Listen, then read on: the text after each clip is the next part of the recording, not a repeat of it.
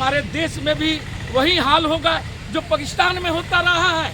चुनाव आयोग का बदलने का जो बात हुआ था और यही सुप्रीम कोर्ट से आदेश आया था, जिसको भी बदल देने का काम ये सरकार, मौजूदा सरकार किया और उस पर भी ये हमारी न्यायालय चूक है। हमारा चुनाव ही निष्पक्ष नहीं होगा तो फिर रह क्या जाएगा इस हमारे लोकतंत्र में। अचानक ऐसा क्या मोड़ आ गया है, ऐसा क्या हो गया है कि आप एक से एक सारे चीज़ों पर जो टिप्पणियां किए थे, जिस पर लोगों को एक आशा भरी निगाह था कि चंद्रचूड़ साहब एक अच्छे फैसला देंगे।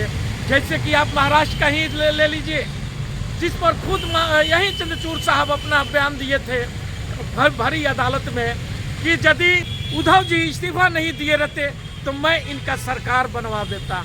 लेकिन आज तक कोई फैसला नहीं हुआ। 5 बेंच का फैसला था इसको कि ये हमारी सरकार उसको बदलने का काम किया। चुनी हुई सरकार है और उसके पावर को सुप्रीम कोर्ट ने आदेश देकर के बहाल किया था, लेकिन ये सरकार शत्रु भाव में उस सरकार की सारी पावरें छीन करके अपने हाथ में, एलजी के हाथ में दे देने का काम किया और उस पर भी कोई संज्ञान नहीं लिया गया। मणिपुर पर जिस ढंग से यही बोला गया था सुप्रीम कोर्ट में कि सरकार एक काम करे, नहीं तो हम अपने स्तर से इस पर कार्रवाई करेंगे, लेकिन वह भी मामला आज जोई का तो ही पड़ा हुआ है। और आज 8 से 9 महीना मणिपुर जलते हुए हो। मीडिया तो विपक्ष के लिए सुपारी किलर के काम कर रहा। तेजस्वी यादव एक बयान दिए थे कि आप यदि बीमार पड़ते हैं तो पहले मंदिर जाते हैं कि आप, और उस पर हमारी गोदी मीडिया जिस ढंग से उसको टील कर तार बनाए हुए। गोलू एक पत्रकार है, वह तो बोल रहा है कि हाँ, चिल्ला करके बोल रहा है अपने चैनल पर कि हाँ हम भगवान के पास जाएंगे तभी ठीक हो। कि जो हमारे पत्रकार होता है या हमारे जो अखबार होता है वे कम से कम वैज्ञानिक दृष्टिकोण रखता है कि या कोई सरकार किसी व्यक्ति को अपनी रंजिश में, अपनी फायदा के लिए किसी को जेल में डाल करके रखे जिससे कि उसको वोट प्राप्ति हो और वहाँ पर भी हमारे न्यायपालिका चुप हो जाए, ये सोचने की बात। इसलिए आम जनता फिर एक बार गुहार लगाती है हमारे ये मुख्य न्यायाधीश महोदय से कि अब तो आप एक बार फिर अपनी वे रुतबे को दिखाइए जो आज तक आपके प्रति लोगों में एक विश्वास जगा रहता था। कि पहले की जो हमारे उच्च न्यायालय का ही जज साहब जो थे, ये राफेल के मामला में जो क्लीन चिट दिया गया, फ्रांस की सरकार मांग किया है कि हमारा सहयोग भारत सरकार नहीं कर रहा। निरंकुश होती सरकार पर लगाम लगाने का वे कार्य अवश्य करें। आइए, स्वागत है हम अपने दर्शकों को नए और अहम सवालों के साथ हमारे विभाग वक्ता रवि रंजन जी से जानना चाहेंगे। हमारे माय लॉर्ड, आखिर आप क्यों खामोश हो गए? भारत की जनता कहीं ना कहीं एक आशा भरी निगाहों से, एक उम्मीद की आशा के साथ आप पे विश्वास रखी थी कि निश्चित तौर पर न्यायपालिका सर्वोपरि है, उनसे कुछ न्याय मिलेगा।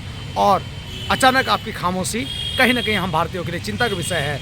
रवि रंजन जी, देखिए चंडी साहब, बहुत अच्छा सवाल पूछे हैं कि आज हमारा सर्वोच्च न्यायालय चुप क्यों हो गया।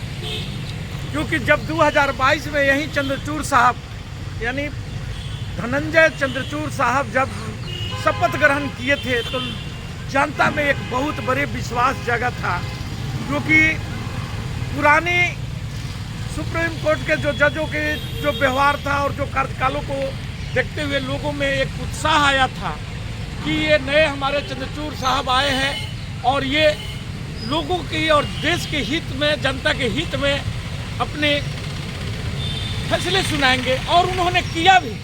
और हम लोग ने ही अपने वीडियो में बहुत बार बोले हैं कि यह स्टील की बॉडी बने हुए हैं, जिससे ये आज की जो मौजूदा सरकार है वह हिला नहीं सकती है, डिगा नहीं सकती है, नहीं तोड़ सकती है।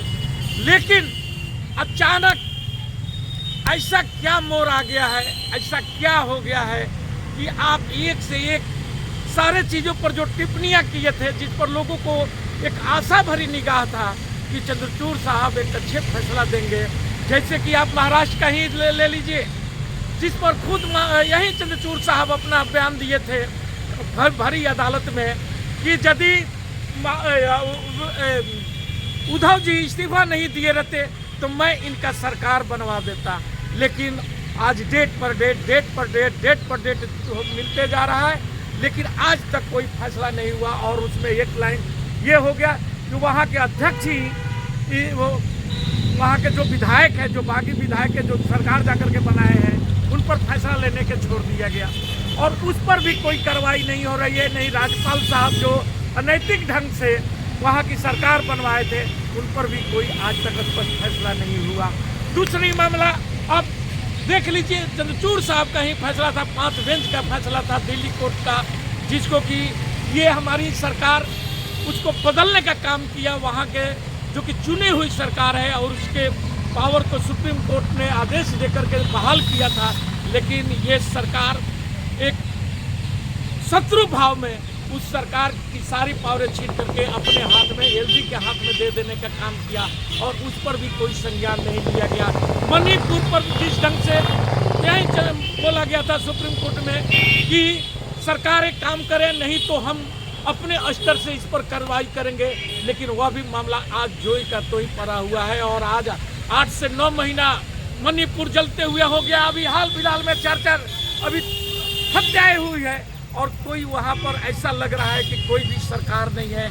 ये तो धन्य मनाइए राहुल गांधी जी का कि जो भारत न्याय यात्रा निकाल रहे हैं और वो भी मणिपुर से, ताकि आम जनता के नज़रों में ये मणिपुर आ सके। क्योंकि आज ही जनता हमारी मीडिया चुप हो गई है। मीडिया तो विपक्ष के लिए सुपारी किलर के काम कर रहा है।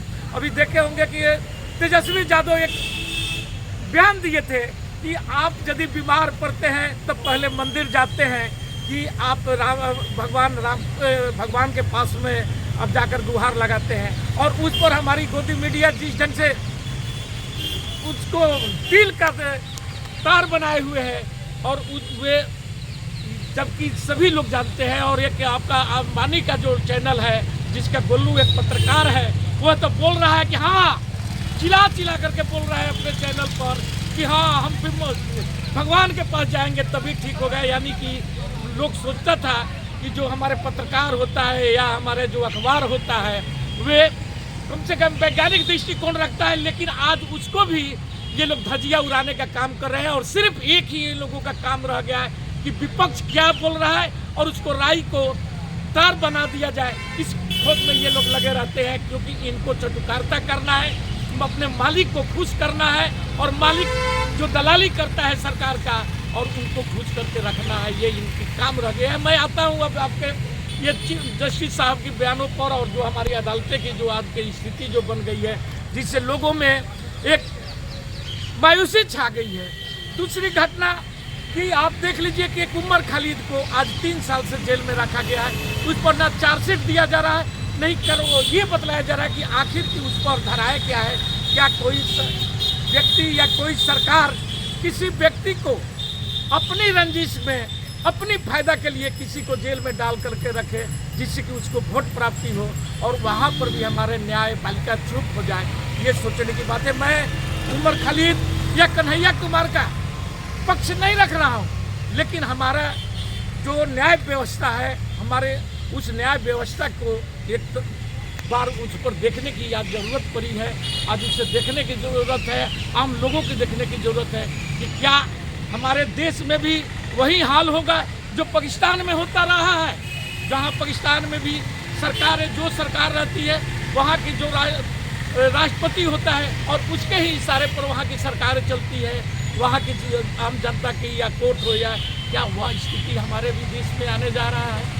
अभी आपको एक और मामला है कि जिसमें चुनाव आयोग का बदलने का जो बात हुआ था और यही सुप्रीम कोर्ट से आदेश आया था, जिसको भी बदल देने का काम ये सरकार, मौजूदा सरकार किया और उस पर भी ये हमारी न्यायालय चुप है।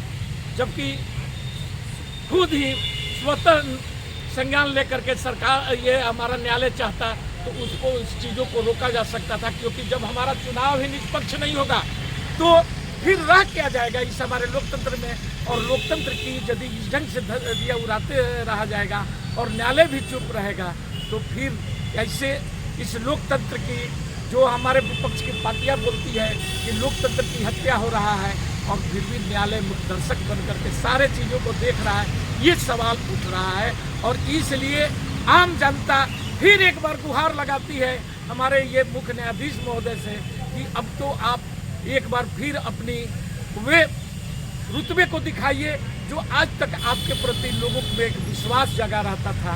क्योंकि इसके पहले की जो हमारे उच्च न्यायालय का ही जज साहब जो थे, जिस पर ये राफेल के मामला में जो क्लीन चिट दिया गया और उस पर जो वहाँ राफेल का निर्माता जो कंपनी है और वहाँ की सरकारें जो फ्रांस की सरकार मांग किया है कि हमारा सहयोग भारत सरकार नहीं कर रहा है और इस पर भी कोई टिप्पणी या कोई संज्ञान नहीं लिया जा रहा है, ये ताज्जुब की बात है।